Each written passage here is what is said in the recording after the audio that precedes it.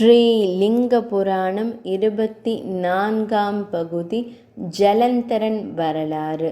ஜலத்திலிருந்து தோன்றிய அசுரன் ஜலந்தரன் எனப்பட்டான். அவன் பரமனை நோக்கி தவம் செய்து தேவர்களால் தன்னை வெல்ல முடியாதவாறு வரம் பெற்றான். அளவற்ற பராக்கிரமத்தை பெற்ற ஜலந்தரன் வரங்கள் பெற்றவுடன் அகந்தை கொண்டு திக்விஜயம் புறப்பட்டான்.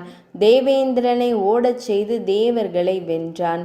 அடுத்து அக்னி, யமன், நிருதி, வாயு, குபேரன் ஆகியோர்களை வென்று தன் வயப்படுத்தி கொண்டதுடன் வைகுந்தம் சென்றிட திருமால் கருடாழ்வார் மீது ஏறி அவருடன் போர் செய்தார். ஆனால் அசுரனை ஈசர் ஒருவராலேயே அழிக்க முடியும் என்றறிந்து மாயையால் இருளை தோற்றுவித்து அந்த மாயையில் மறைந்து விட்டார் நாராயணர்.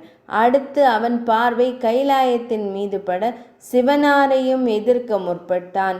அப்போது சிவபெருமான், ஜலந்தரா, நீ கூறியது அனைத்தும் சரியாக இருக்கலாம், ஆனால் நான் கண்கூடாக காணவில்லை என்று கூறி தன் கால் கட்டை விரலால் பரமேஸ்வரன் பூமியில் ஒரு சக்கரம் வரைந்து அசுரனிடம் அதை எடுத்து தலை மீது வைத்து அவன் பிரதாபத்தை நிரூபிக்குமாறு கூறினார்.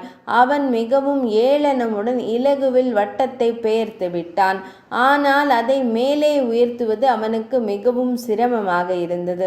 மிகுந்த முயற்சி செய்து அதனை கழுத்துக்கு நேராக கொண்டு வர அது சக்கராயுதமாக மாறி அவன் கழுத்தை துண்டித்தது.